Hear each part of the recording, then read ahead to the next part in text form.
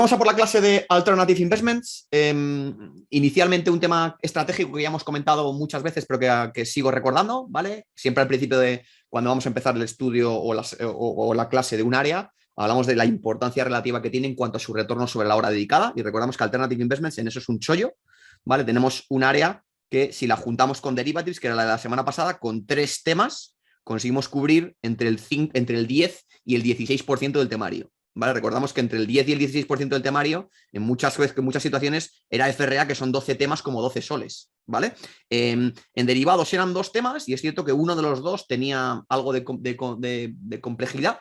Yo en el tema de hoy, Alternative Investments, es un solo tema y un tema más sencillo que derivados. Hay alguna cosita, pero sencillo y además tremendamente interesante y tremendamente de actualidad. O sea que yo creo que es un área en la que hay que dedicarle mucho tiempo y esfuerzo dedicarle tiempo y esfuerzo porque el tiempo que le dedicamos tiene muy buen retorno y tampoco nos va a exigir tantísimo tiempo dominarla.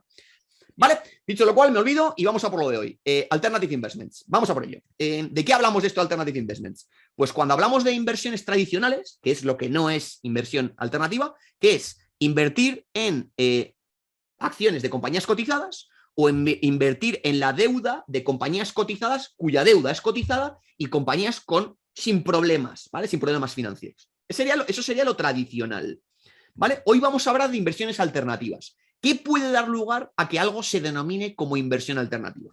Uno, invertir en distintos activos de lo que estoy mencionando aquí, ¿vale? Por ejemplo, aquí vemos Private Equity, que va a invertir en acciones de compañías no cotizadas o en la deuda, pero una deuda no cotizada, ¿vale? Private Equity y Private Debt. Real Estate o Commodities van a invertir en una clase de activos que no son acciones ni son bonos, ¿vale? Serán las propias commodities, oro, petróleo, cobre o edificios, ¿vale? Terrenos, infraestructuras, pues es una clase de activo distinta a la tradicional que hemos visto. Eso se entiende muy bien. Una parte que no se entiende tan bien es que incluso invirtiendo en activos clásicos se puede denominar inversión alternativa. ¿Por qué? Porque invierto con un tipo de vehículo y estructura jurídica distinta. Le vamos a dedicar ahora un ratito en la siguiente diapositiva. ¿Vale? Lo explico ahora en un momento. Y luego, una tercera manera de considerar algo inversión alternativa es invertir en activos tradicionales, pero de una manera tradicional. De una manera no tradicional, perdón. Por ejemplo, utilizando derivados. Por ejemplo, utilizando apalancamiento. Apalancamiento muy habitual en private equity, muy habitual en hedge funds, muy habitual en real estate. Derivados, muy habitual en commodities, muy habitual en hedge funds, ¿vale? Lo veremos en gran profundidad. Os debo esta, ¿vale? Diferentes estructuras, que vamos a hablar mucho de ello, bueno, un rato de ello ahora porque clarifica bastante lo que tenemos que ver en los próximos minutos, que es que recordar esta diapositiva que os puse ya cuando vimos equities. Ya hablábamos de los pooled investments. Ya hablábamos de que ahí estaban. Pepito pone $100, Juanito otros 100, Luisito otros 100, tal, y todo ese dinero lo reuníamos y se lo dábamos a un gestor que era al que le delegábamos la inversión. Ese gestor invertía en una compañía y si iba bien, pues apreciaríamos nuestra inversión o si iba mal, perderíamos valor en nuestra inversión. ¿Vale? Eso era con inversiones tradicionales. ¿Vale? ¿Qué pasa hoy? Hablábamos, si os acordáis, de mutual funds, de ETFs, hoy vamos a hablar de otro tipo de estructuras. Por ejemplo, en hedge funds o private equity, que es habitual, una estructura que se llama partnership. ¿Vale? ¿Qué es esto del partnership? Esto mismo es un pool de investment, pero ¿qué matices le ponemos ahora importantes? Matiz 1. La gente que pone el dinero no pone $100, ¿vale? Pone mínimo 100.000 y muchas veces más, y muchas veces billions. ¿Vale? Estos pepitos no son Pepito y Juan, son lo que se llama inversores cualificados, ¿vale? Que son ¿qué? Principalmente planes de pensiones, principalmente endowments de universidades, principalmente fondos soberanos, principalmente individuos con patrimonios muy altos, ¿vale? Un private equity, un hedge fund no puede invertir cualquiera, tiene que tener un patrimonio muy alto para que te autoricen. Entonces, ¿aquí qué es? No 100, sino bastante más. A esto, ¿qué se le llama en la jerga que vamos a hablar hoy? LPs, Limited Partners. En esa estructura jurídica de partnership, estos limited partners ponen dinero y el gestor es el general partner, ¿vale? Aquí, ¿qué vamos a ver habitual en esta estructura y qué implicaciones jurídicas tiene esta estructura? Que el limited partner, su responsabilidad está limitada a su inversión, Es decir, el que ha invertido 100.000 solo puede perder hasta 100.000. Si derivada de la actividad del partnership hubiera algún tipo de contingencia o algún tipo de liability que hiciera que hubiera que poner más dinero, él responde solo hasta 100.000. En cambio, el general partner, el gestor, no. El gestor sí que responde de los riesgos, ¿vale? Y a cambio de eso, ¿qué tiene? Una estructura de honorarios distinta. La estructura de honorarios, ¿vale? Aquí, ¿qué cosas hay peculiares de este tipo de estructuras en los partnerships? Comparado con lo que veíamos en las tradicionales de mutual funds y ETFs, un punto muy importante, que hablaremos mucho de él durante el día de hoy, menos regulados, ¿vale? Aquí recordar que cuando hablábamos de los mutual funds, ¿qué era típico? Pues que el gestor y la gestora tengan unas obligaciones de transparencia importantes, que tenga que reportar en qué está invertido con una periodicidad determinada y que luego hay una serie de reglas, que no te puedas concentrar mucho, por ejemplo, que la máxima posición no pueda representar más de un 10% de toda la cartera, que las 5 principales posiciones no puedan representar más de un 50%, de un 40%, van poniendo límites. ¿Para qué? Para que no pueda estar muy concentrado y tengas que diversificar. ¿Para qué? Para proteger teóricamente a estos inversores no tan cualificados. ¿Vale? En esta estructura, en este partnership, que se utiliza muy típica en hedge funds y en private equity, no existe esa gran regulación. Y eso no es ni bueno ni malo, ¿vale? Lo que hay que hacer es saberlo. El que no haya esa regulación, ¿qué implica? Primero, que tengan mucho menos exigencia de transparencia, ¿vale? Tú como partícipe en un hedge fund, el hedge fund puede decidir no reportarte en qué está invertido en mucho tiempo, si él no quiere, y tienes que saberlo tú como inversor. Y segundo, tienen muchísimas menos limitaciones a cómo pueden invertir. Pueden concentrar mucho más, a lo mejor pueden tener un 50% de la cartera en una idea de mucha convicción. Pueden tener apalancamiento a través de derivados. ¿Qué significa? Que el retorno que se puede obtener es mayor y que la exposición, llamémosle riesgo, entre comillas, si nos pusiéramos a hablar de riesgo con lo que denomina el CFA de riesgo, que es la volatilidad, también mayor. Y por ello está limitado a inversores más cualificados y no cualquiera puede entrar a invertir en un hedge. Además, en este tipo de estructuras, ¿qué es habitual? Las comisiones totalmente distintas, ¿vale? En estas pool investments con mutual funds, ¿qué es habitual? Pues que hay una comisión de gestión y punto. Vamos a ver, y vamos a hablar mucho hoy, que en estas partnerships, súper habitual en hedge funds y en private equity, no solo haya una comisión de gestión, sino también una comisión de éxito. Es decir, que si, como veíamos aquí, se invertían, recibía el gestor 1.000 e invertía en algo que se convertía en un valor de 1.100, este retorno del 10%, una parte de ese retorno, ese success, va a llevárselo el limited partner, pero otra parte se la va a llevar el general partner. Si lo hace muy bien, el general partner va a ganar mucha pasta. Es una peculiaridad importante de los hedge funds y los private equity. Esa inversión no es barata en comisiones. ¿Vale? Buena introducción inicial para ir haciendo un poco más light, cosas que vamos a ver ahora. Características típicas de las inversiones alternativas, y muchas las he dicho ya y otras las serán nuevas, y las que he dicho ya las repetiré o meteré algún matiz. Y aquí importante, ¿vale? A ver, el CFA hace muy bien en ir cada vez dándole más enjundia al área de alternative investments. ¿Por qué? Porque esto cada vez va siendo más importante y porque esto cada vez va teniendo un peso mayor en las carteras de inversores institucionales. ¿Qué pasa esto? Que el alternative investment como asset class cada vez va siendo más grande. ¿Qué pasa esto también?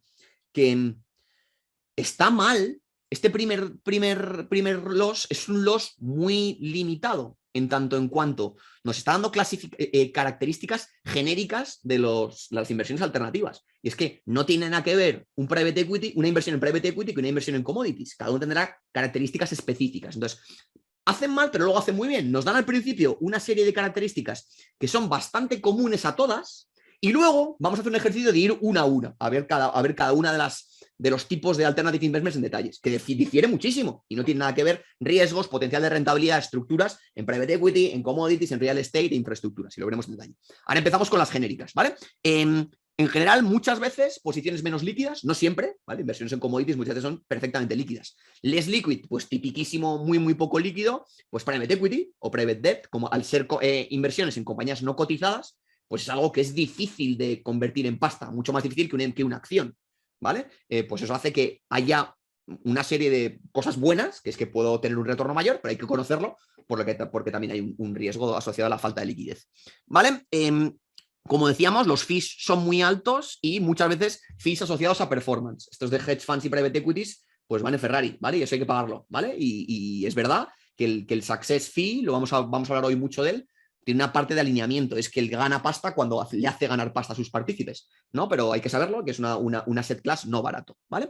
Menos regulado, como hemos dicho, no siempre, ¿vale? Pero todas las estructuras jurídicas de inversiones alternativas que estén montadas bajo un paraguas de un partnership, habitualmente están mucho menos reguladas. Los hedge funds están siempre mucho menos regulados. Los private equities y tienen esa parte que hay una parte que es ventaja, que pueden hacer cosas que no puede hacer el mutual fund y eso puede hacer que ganes más dinero, pero hay que conocerlo porque también tienes una mayor exposición. ¿Vale? Tratamientos legales y fiscales distintos, ¿vale? Frutos de esa estructura jurídica distinta, ¿vale? Estructuras complejas, ¿vale?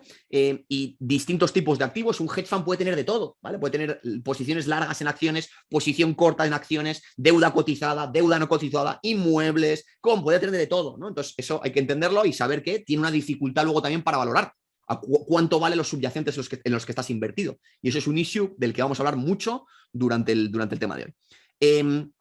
Aquí muy importante y súper específico y súper importante en private equity, en hedge funds y en infraestructuras y en real estate también, que como inversor, como partícipe de un fondo de este estilo, es clave, marca la diferencia, la capacidad para seleccionar gestores que marquen la diferencia, ¿vale? Te estás jugando casi todo al skill del gestor. Son posiciones, inversiones muy activas. No es un ETF al mercado, que te da igual que no hay un gestor. Es que aquí es todo el skill de tratar de encontrar cosas que estén infravaloradas o sobrevaloradas poniéndote corto y luego en esa apuesta, que es igual que en un mutual fund, te estás jugando mucho más porque muchas veces está apalancado, ¿no? O sea, que la habilidad, la capacidad para, si crees que la tienes, de seleccionar y detectar a un gestor bueno es lo que marca la diferencia. ¿Vale? En hedge funds y en private equity, muy típica la alta concentración, ¿vale? El CFA es muy pro diversificación y la concentración es igual a riesgo, eso habría que pensarlo, ¿vale? Y es algo, una filosofía, una idea que cada uno individualmente tiene que pensar, ¿vale? Pero es un hecho, ¿vale? Puedo tener en un fondo regulado, al propio gestor le van a impedir que tenga más de un 10% de una compañía, lo que implica que por la mera estructura se premia más o se incentiva más el apalancamiento en estructuras menos reguladas que las más reguladas. ¿Vale? Aquí, cuidadito, Manolo, ¿vale? Que aquí empiezan a generalizar cosas que son peligrosas y hay que ver una a una y hay que ver cómo está calculado esto. Que es típicamente baja correlación de retornos con las inversiones tradicionales. ¿Ahí qué quieren decir? Un disclaimer inicial importante. El CFA iguala volatilidad a riesgo. Es decir, cuando algo se mueve mucho, es arriesgado para el CFA. ¿Vale? Entonces, que para reducir el riesgo de una cartera, ¿qué tengo que tratar de reducir esa volatilidad? ¿Vale? Si consigo meter en mi cartera algo cuyos retornos estén poco correlacionados con las carteras tradicionales, es decir, yo tengo acciones que se mueven y tengo private equity o tengo hedge funds que se mueven mucho, pero se mueven en una dirección, en un sentido distinto, a pesar de que de manera individual puedan juzgarse por volatilidad pura como muy arriesgadas, al meterlo en una cartera y generar el efecto de diversificación, el CFA menciona ahí como un potencial beneficio top de la inversión alternativa. Como hablaré muy mucho hoy, cuidadito con estas milongas, tanto en cuanto cómo está medida esta volatilidad. Y veremos cómo hay issues gordos en private equity, por ejemplo, y en hedge funds, en cuanto a que esa volatilidad está absolutamente medida, ¿vale? Y hablaremos mucho de ello, ¿vale? Y luego que hay otro tipo de inversiones alternativas cuya correlación baja con el equities no es verdad, ¿vale? En real estate, por ejemplo, las OCIMI, los Real Estate Investment Trust, están muy correlacionados, ¿vale? Si miras esas cosas matematizadoras de la correlación que le encanta al CCA. ¿Vale? Muy interesante también e importante, vamos a hablar bastante de ello cuando estemos sobre todo en private equity y en hedge funds. Típicamente, tú en un fondo normal, como partícipe has puesto dinero y cuando te salga de las narices te sales. Es cierto que a lo mejor te puedes salir cuando te salga de las narices y puedes perder dinero, porque en ese momento las cotizaciones están abajo, pero tú cuando quieres te sales. ¿Vale? En este tipo de vehículos, como en hedge funds y private equities, es habitual, como veremos, que primero hay un periodo en el que no te puedes salir y segundo, hay otro periodo en el que si te sales tengas que pagar una penalización y además tengas que dar un periodo de aviso. Y tiene sentido. Si no te gusta esto, no entres. ¿Por qué? Porque en lo que se invierte es ilíquido y necesita tiempo el gestor para deshacer la posición sin un prejuicio para todos los inversores. Por lo que es normal que exista esto. Y si esto no te gusta, que está muy bien, no debes invertir en ese tipo de vehículos. Yo me río cuando nada, es que invertí aquí y luego no me podía salir cuando quería. Bueno, mira la letra, macho, del contrato. Coño, es que es así este tipo de industria. Y desde mi punto de vista, una de las razones por las que han hecho un performance mejor que los fondos normales y que el equity normal, es por eso, porque tienen la capacidad para tener un poquito más de largo plazo porque sabes que tu partícipe no se puede ir. ¿Vale? Y luego aquí muy bien, y hablaremos mucho de ello, que lo mencionaba ya aquí arriba, ojo Manolo, ojo amigo, que si eres como el CFA, que os propugna y os enseña mucho a ser muy cuantitativos y te importa mucho la volatilidad y la correlación, ojo, que esas medidas de retornos y de volatilidad medidas en vehículos como los hedge funds o los private equities o cualquier tipo de vehículo que invierta en temas ilíquidos o temas no cotizados, muchas veces está infravalorado. Lo veremos en mucho detalle cuando vayamos a cada una de las áreas, que veremos en detalle hedge funds, private equity, commodities, real estate, infraestructuras,